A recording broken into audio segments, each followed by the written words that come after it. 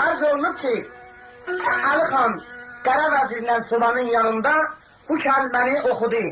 Yenə ürəkimin dağı göründü, gəlib buradan mehribanım keçibdi.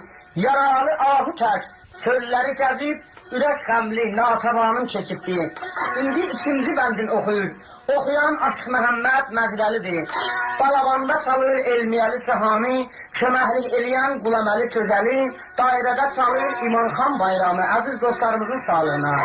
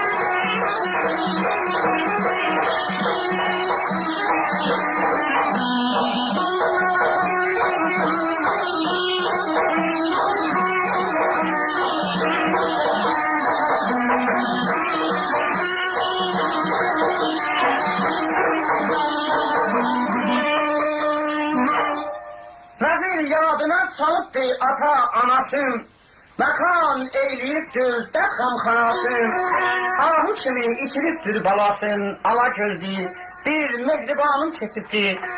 Vəzir dedi, Əli xan, olma öz aşıdı məşuqandan, bugün yaralsan, xud baba Allah kərimdir, taparsan, ta aldı görək axırın kəlməsin, əziz dostlarımızın sağlığına ceyran şərəminə məsuldur.